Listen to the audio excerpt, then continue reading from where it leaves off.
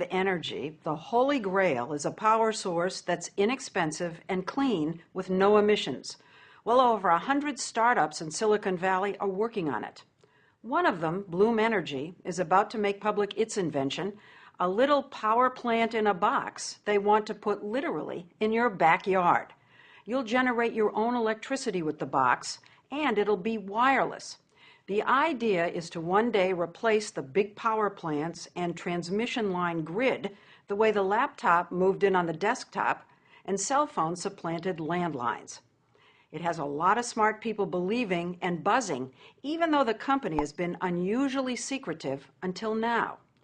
K.R. Schroeder invited us for a first look at the innards of the Bloom box that he's been toiling on for nearly a decade. What could this power? This could power a U.S. home. Average United States house? home. Entire house, 24/7, 365. Something that small? The way we make it is in 2 blocks. This is a European home. The 2 put together is a U.S. home.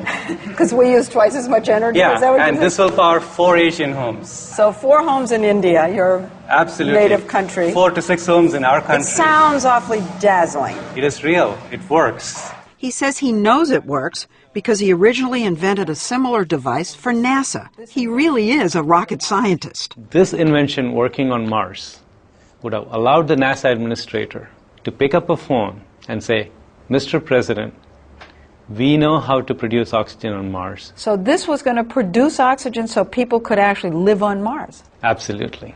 When NASA scrapped that Mars mission, K.R. had an idea.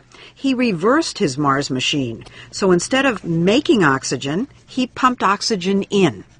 He invented a new kind of fuel cell, which is like a very skinny battery that always runs. K.R. feeds oxygen to it on one side and fuel on the other. The two combine within the cell to create a chemical reaction that produces electricity. No need for burning or combustion. No need for power lines from an outside source. In October 2001, he managed to get a meeting with John Doerr from the big Silicon Valley venture capital firm Kleiner Perkins. How much do you think I need to come up with the next big thing? Oh, that's my job, to find entrepreneurs who are going to change the world and then help them. John Doerr has certainly changed our world. He's the one who discovered and funded Netscape, Amazon, and Google.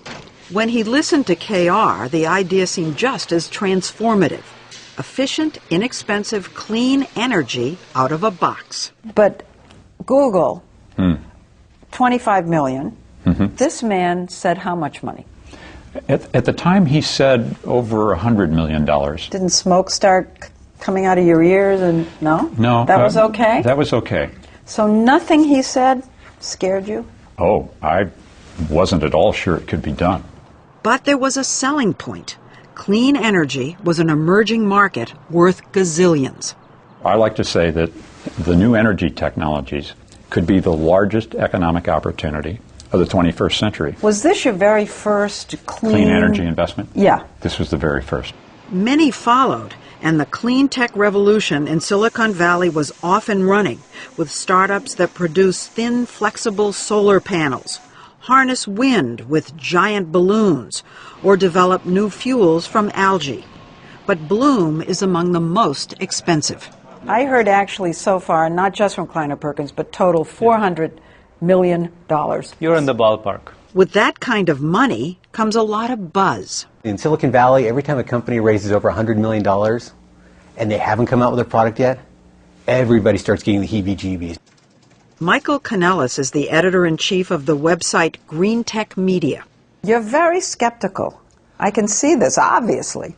I'm skeptical, I'm hopeful, but I'm skeptical because people have tried fuel cells for, since the 1830s. Yeah. And they're great ideas, right? Just producing energy at an instant. But they're not easy. They're like the divas of industrial equipment. You have to put platinum inside there. You've got to put zirconium. The little plates inside have to work not just for an hour or a day, but they have to work for 30 years, nonstop. And then the box has to be cheap to make. One thing stoking his skepticism, K.R.'s been hyper-secretive.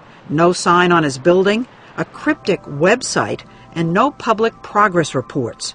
Given the stealthiness, we were surprised when KR showed us for the very first time how he makes the secret sauce of his fuel cell on the cheap. Actually, I feel like I'm on a cooking show. You're Martha Stewart. Absolutely. So let's take that cooking analogy. Okay. Start with the flour. The flour. Okay? What is that? That is beach sand. It's beach sand? Ocean beaches in multiple continents has this material in abundance. He said he bakes the sand and cuts it into little squares. Okay, so this is beach sand turned magically into a ceramic. Yeah, into a ceramic. And then he coats it with green and black inks that he developed. Okay, is it a secret formula? There is a secret formula. Okay. And you take that and you apply that, you paint that on either side of this white ceramic to get a green layer and a black layer. And that's it? That's it. That's the So secret. what I'm holding in my hand is a fuel cell. This is the fuel cell? This is the fuel cell. Skinny, and this will generate power. This will generate power. One disc powers one light bulb. The taller the stack of discs, the more power it generates. In between each disc, there's a metal plate, but instead of platinum, KR uses a cheap metal alloy. The stacks are the heart of the Bloom box. Put 64 of them together, and you get something big enough to power, say, a Starbucks. So this is it? KR offered to give me a sneak peek inside the Bloom box. Nobody has seen this before. Are you going to let me look inside? Absolutely. Okay. Why not? This is... So, go ahead. here we go. Okay. Oh. All those modules that we saw go into this big box. Fuel goes in, air goes in, out comes electricity.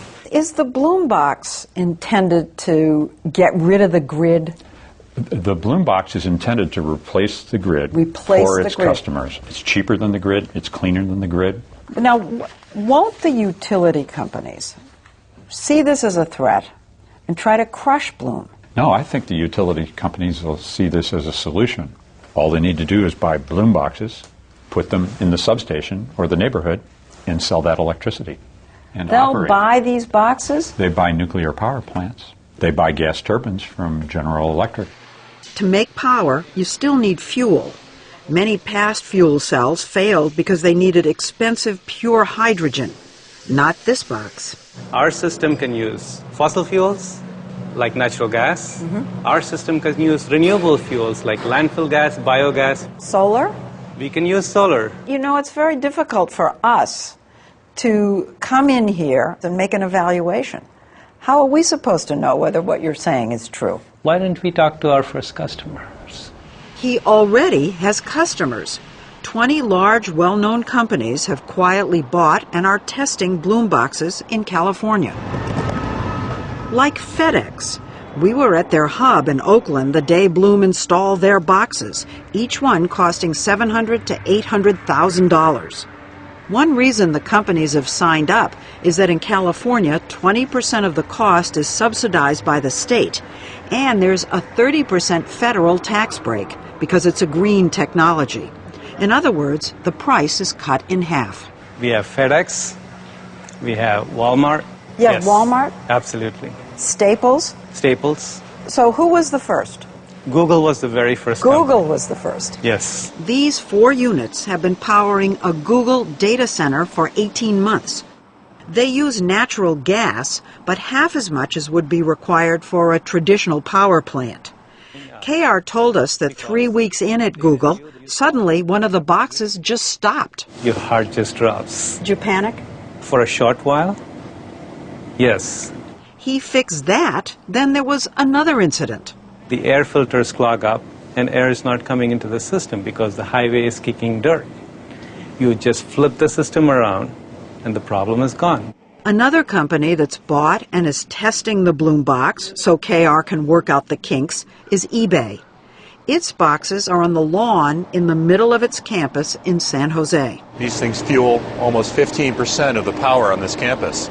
John Donahoe, the CEO of eBay, says its 5 boxes were installed 9 months ago and have already saved the company more than $100,000 in electricity costs. It's been very successful thus far. They've done what they said they would do.